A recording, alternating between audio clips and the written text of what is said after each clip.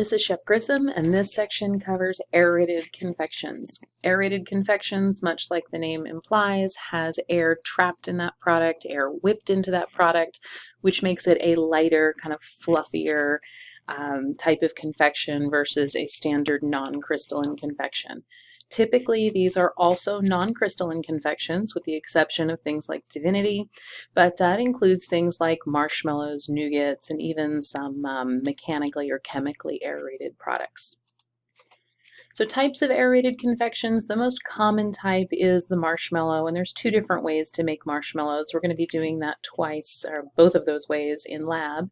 The first way is a whipped gelatin, and the second way is an albumin or an egg white mechanically aerated product. So mechanically aerated means that we're whipping the air into it with a mixer.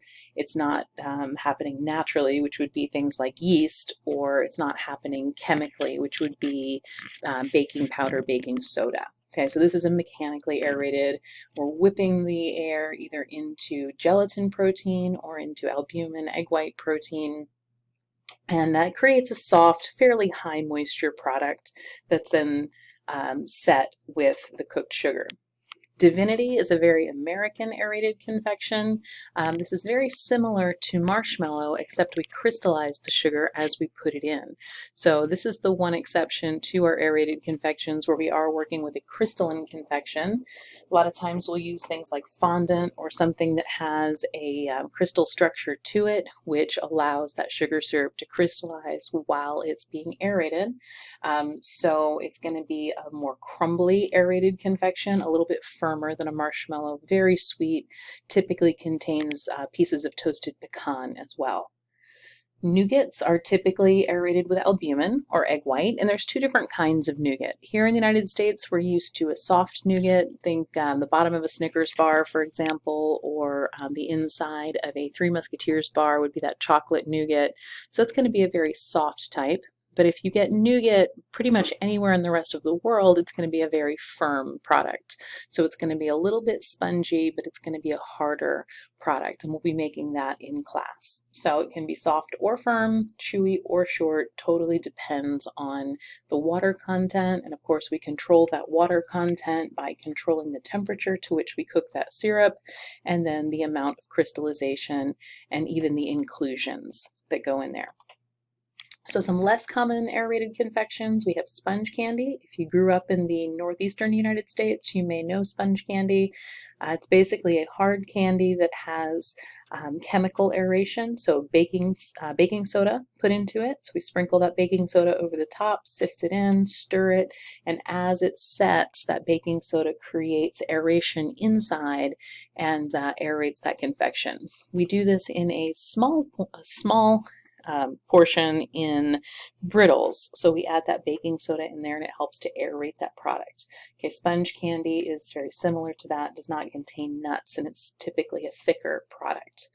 Milk chocolate souffles, the way that we aerate these is using a mechanical aerator, very much like a whipped cream dispenser.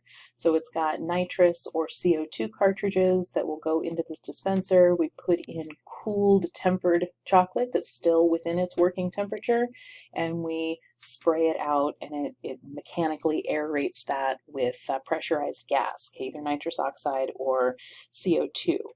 So we see these, if you're familiar with the Aero bar, which is a British candy bar that's very common, you'll see that souffle or that mechanical high pressure gas aeration of chocolate.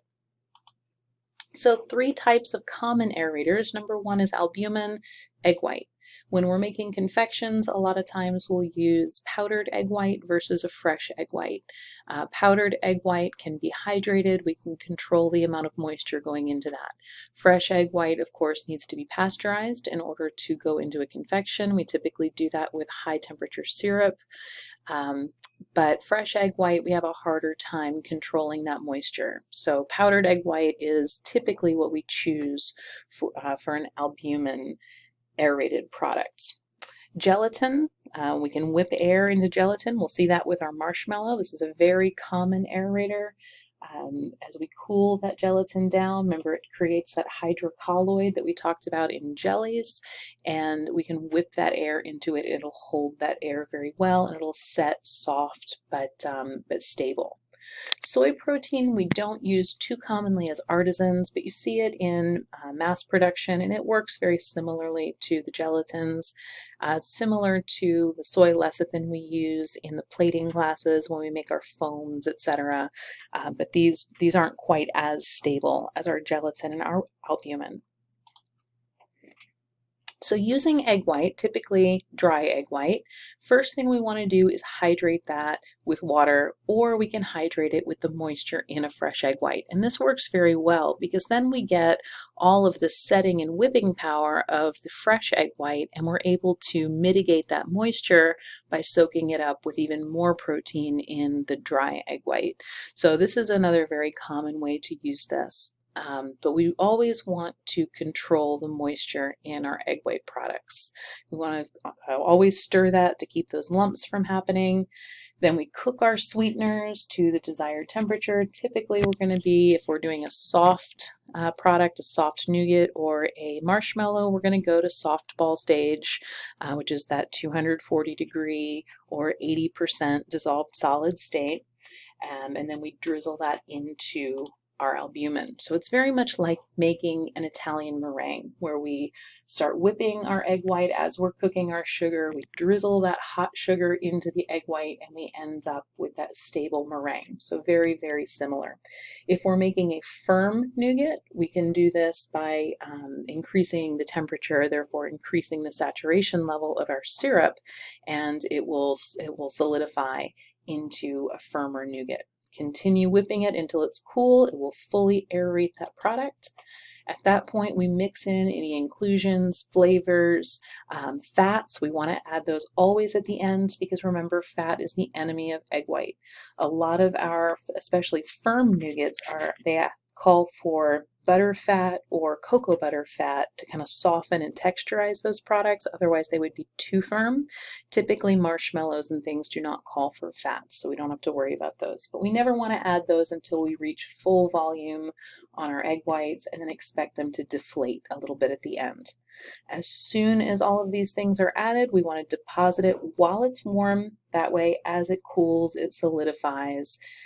And we'll be able to cut it, etc. But we've got to deposit it while it's warm so it's still malleable and we can work that product. As we're cooking our sugars, many nougats call for honey. That's a very common ingredient in nougat. But honey will caramelize a little bit faster, it will invert faster, and it can turn very bitter. So we want to cook that separately from the sucrose. Typically we'll have two pots going, one for the honey that does not get cooked quite as high a temperature, and one for the sucrose that we can really control the moisture content with that sucrose. If we are using gelatin to whip that, we use it just like we would use gelatin for anything else. First step is always to hydrate our gelatin so it melts evenly and it pulls that water into itself. After we've hydrated our gelatin, or meanwhile, we can cook our sugars to the desired temperature. Typically, again, we're going to go with a softball stage, which is going to be 240 degrees. Allow that sugar to cool to 212 before we add our gelatin. This is very important. If you add your gelatin too hot above the boiling point, it's going to degrade that gelatin and you're not going to get full volume out of it. It's also going to set very soft. So always allow the sugar to cool, but allow it to cool undisturbed. So typically what we'll do is we'll cook our sugar to the desired temperature, we'll transfer it to the bowl of a mixer, and we will let that sit until it reaches 212 degrees or less before we add our gelatin. If you let it sit too long, it's going to start to solidify around the edges and it can even start to crystallize. So remember that gelatin is a doctoring agent, so we want to get that in there before too long, but not above 212 degrees. At that point, when we're getting close to 212, we want to melt the gelatin over a water bath, and at 212 or less, add it to the sugars, stirring that, and then whip it on high speed to the desired density of that product. So typically in a marshmallow, you're going to whip it to full volume. It takes about 6 to 8 minutes, but in some products that you want to be more dense, you may not want quite that much air in there. And we're going to talk about specific gravity and determining that density in a minute. While it's still warm, deposit that marshmallow or that aerated confection in its desired mold so the gelatin begins to set when it's near 86 degrees. So you don't want the gelatin to set too early. Okay, get it in that mold. Other ways that we can aerate, obviously chemical aeration that we just talked about. Baking soda acts as that aerator. We add it to the candy after we've cooked it while it's still in a liquid state, and then deposit that and allow it to continue to aerate. Also the pressurized gas for the mechanical aeration.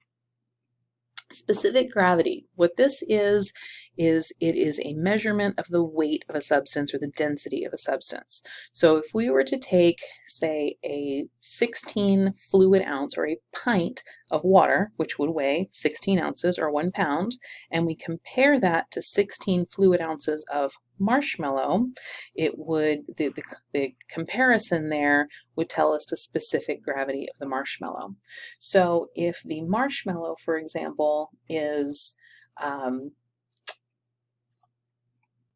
4 ounces per pint, and the water we know is 16 ounces per pint, we always want to have the same measuring device. We would take the 4 ounces of marshmallow or whatever we're weighing, divide it by the weight of the water, and it's going to give us the specific gravity. In this case, it would be 0.25. So anything under 1 is going to be lighter than water. Anything over 1 is going to be more dense than water, heavier than water. So honey is going to have a specific gravity greater than 1, and aerated confections should certainly have things much less than 1 because it's measuring how much air is in there. And the reason why this is important is if we are making multiple batches of something, and especially large batches, we want to make sure that they're coming out consistently. And to make them consistent, we want to take specific measures or specific gravity measurements of each batch so we don't have one batch that's significantly denser than other batches. We do this with sponge cakes. We certainly do this with aerated confections. Okay, so the method to determine it, weigh the volume of water. It doesn't have to be 16 ounces. That's just an example, a very easy one to work with because we know a pint is a pound of water, but we can do 2 tablespoons, we can do, a half cup, whatever we want to do. Weigh that volume of water, weigh the same volume of whatever we're determining its specific gravity, divide the weight of the substance by the weight of the water, and the result is the specific gravity. Ingredient functions in aerated confections are very similar to the ingredient functions in any other confections, with the exception of the aerators, obviously.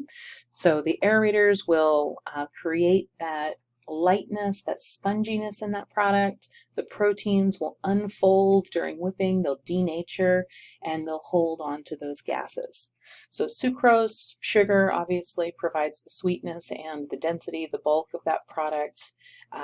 Glucose syrup is the bodying agent. Certainly it's going to give us a little bit more of that body, and it's still the doctoring agent, preventing crystallization, reducing sweetness as a lower DE glucose syrup.